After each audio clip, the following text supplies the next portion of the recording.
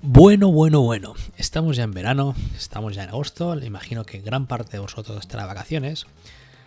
Y yo en teoría también, y quizá os esté preguntando que por qué no aparezco en el vídeo. Pues por una razón, y es que aunque esté de vacaciones, entre comillas, realmente estoy cuidando de mi recién nacido. Ya sabéis que tiene un hijo hace poco. De hecho, me estoy obligando a no mirar ningún correo del trabajo. Vale, a ver si lo consigo hasta cuando vuelva en septiembre. Ya veremos, que soy un poco workaholic.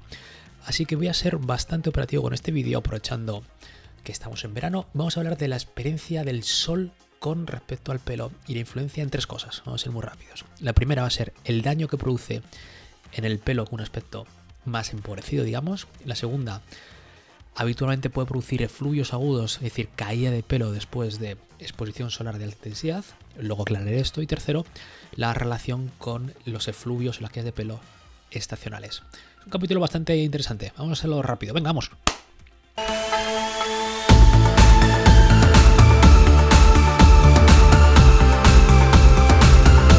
Y digo rápido porque a ver si el bebé se despierta y no me deja grabar. Aunque bueno, para mí es que esto no es trabajo, me lo paso bastante bien haciendo los vídeos. Es incluso catártico. Lo primero es el daño solar que se produce, que es lo que se denomina weathering.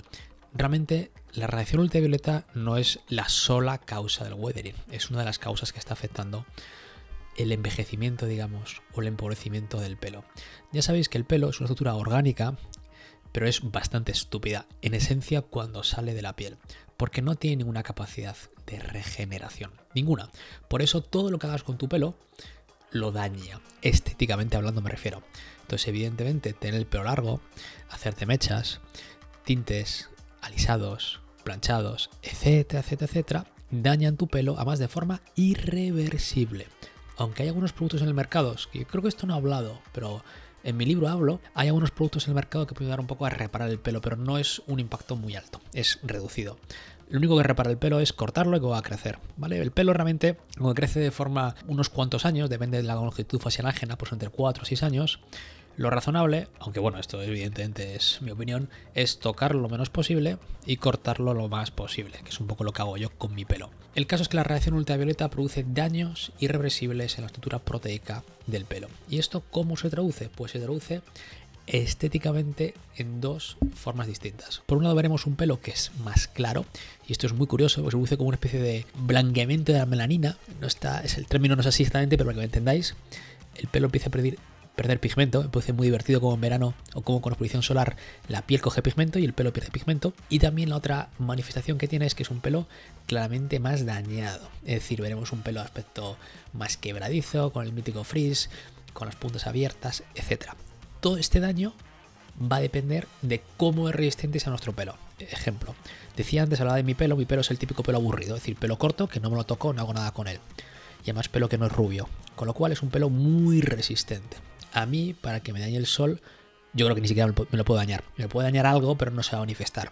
Sin embargo, si tú tienes el pelo largo, con lo cual es un pelo que ya ha estado más años expuesto a la intemperie, es un pelo más dañado, o es un pelo que tiene mechas, o es un pelo más rubio, son pelos claramente más vulnerables. Entonces, para ti la exposición solar va a ser mucho más dañina y tienes que protegerte, ¿vale? Mi recomendación, casi antes que cualquier tipo de producto de fotoprotección capilar, sería que utilizaras protección física. Me refiero a un sombrero, una gorra, un gorro, una pamela, me da igual la sombrilla o eso, y evidentemente intentar no salir al sol en momentos de exposición ultravioleta tipo B muy alta, que básicamente es de 12 a 6 de la tarde. No me seas mendrugo. Lo decía antes de pasada, pero lo vuelvo a repetir. El pelo cuanto más rubio, es decir, cuanto menos cantidad tiene de eumelanina, que es el pigmento marrón negro, mayor riesgo de dañarse. Y esto explica por qué. A lo mejor tú tienes el pelo largo pero tienes un pelo castaño oscuro y la exposición solar ni siquiera te lo aclara. Pero también explica por qué la gente con pelo rubio después del sol a lo mejor se le pone incluso más blanquito todavía. Hay también algunos tintes que pueden ayudar un poco incluso a proteger del sol, pero insisto, no es la misión principal. Y a lo mejor te preguntas, Óscar, ¿y si me ha dañado el sol puedo hacer algo? Pues no puedo hacer nada ya. Está dañado. Lo decía antes, lo único que tienes que hacer es cortarte el pelo. Pero, Óscar, no puedo cortar el pelo, lo tengo muy largo y todavía no me gusta mi aspecto. Ya, bueno, pues lo que hay. Es decir, en ese caso tendrás que protegerte, ¿vale? Que no te dé mucho el sol, protegerte el pelo. O utilizar productos para que no te dé tanto el sol. No hay más. No quiero extenderme mucho, insisto, porque es que si no el vídeo va a ser muy largo. Pero vamos, es muy habitual. Gente que viene a la playa, va a sitios raros por ahí, en el que da mucho el sol y también se ducha. Es cierto que el agua, si tiene por ejemplo, si tiene mucha cantidad de calcio o de magnesio, puede impactar la salud del pelo, digamos. Y por supuesto, puede impactar también los productos que te lleves tú de vacaciones, cómo funcionen. Por ejemplo, esto es un mítico ¿no? Que cuando hay agua pesada, típico que te vas a la playa por ahí, a un sitio muy raro, tropical o subtropical, pues que a lo mejor también es un poco montañoso y el agua es muy pesada. Si tú tienes típico champú o acondicionador que utilizas para intentar limitar el daño que produce que te planches el pelo y tiene mucha cantidad de silicona, pues se deposita peor los agentes acondicionantes, o incluso apenas hacen espuma también en los champús. Como dato, hablemos ahora del efluvio telógeno agudo después de la radiación ultravioleta, que no tiene más, lo he dicho en esa frase. Es decir, ya sabéis que la caída de pelo es un tema que a mí no me preocupa especialmente, me preocupa muy poco. Pero hay múltiples desencadenantes y está bien descrito, y yo me lo creo, y alguna vez he visto, aunque no es muy frecuente, caídas de pelo después de exposición solar alta. Me explico. Típico que te vas en 1 de julio a las Maldivas, te pasas una semana con mucho sol y en septiembre o octubre tienes caída de pelo transitoria, ¿vale? Hay un retardo habitualmente pues entre 6 a 12 semanas de la caída de pelo. Y no hay ningún otro desencadenante que no sea la exposición solar. ¿Por qué?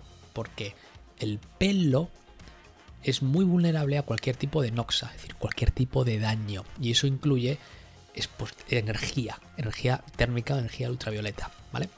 Entonces no tiene una repercusión porque el pelo que se ha caído va a aparecer de nuevo 100%. Ocurre en gente que se ha pasado de sol o que se ha quemado y no tienes que hacer nada. Te esperas y ya está. Y prevenir pues que no te queme por próxima vez.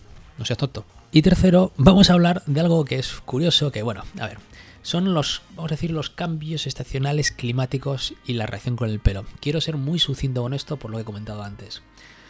El nombre técnico de esto es liberación retardada de la fase telógena del pelo, que suena así como muy, muy complicado. Recuerdo cuando escribí esto en un libro que tenemos, que es el Manual de Práctico de Ecología, que está dedicado a autores, a médicos, que soy editor del libro, y escribí varios capítulos, entre ellos también el capítulo de caída de pelo, y mucha gente preguntaba, Óscar, ¿esto qué es? Esto de los cambios estacionales, a ver, reconozco que ocurre fundamentalmente sobre todo en mamíferos, pero no humanos. Ahora hablamos de los humanos, porque esto es más fácil de ver, por ejemplo, en los zorros, en los perros, en los gatos, que tienen caídas estacionales de pelo. Es cierto que a pesar de que en los humanos el ciclo del pelo es asíncrono, que lo explica muchas veces, no voy a repetir lo que es, sí que se ha propuesto que el cambio a una temperatura más alta desencadena la caída de pelo que se encontraba en una fase telógena inusualmente prolongada por el frío. A ver, ¿esto qué es lo que es? Como dirían en Murcia. Existe un mecanismo bastante atávico y de repercusión bastante baja en el humano, en el cual hay estímulos que hacen que tengas o intentes tener el pelo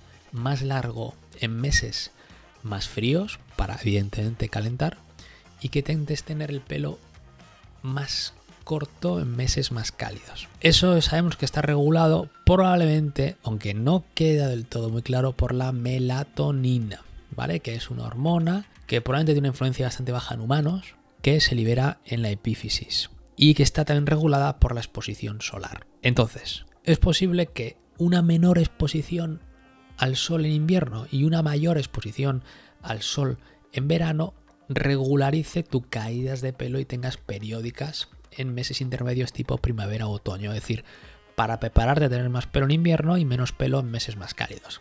Esto es muy teórico, ¿vale? Pero pudiera explicarlo. Hay también relaciones más menores de la radiación ultravioleta, es decir, del sol, con enfermedades del pelo, pero no quiero hacer el vídeo muy largo, entonces no quiero hablar mucho de ellas, pero una clásica que sí me gustaría nombrar es exposición solar y alopecia areata.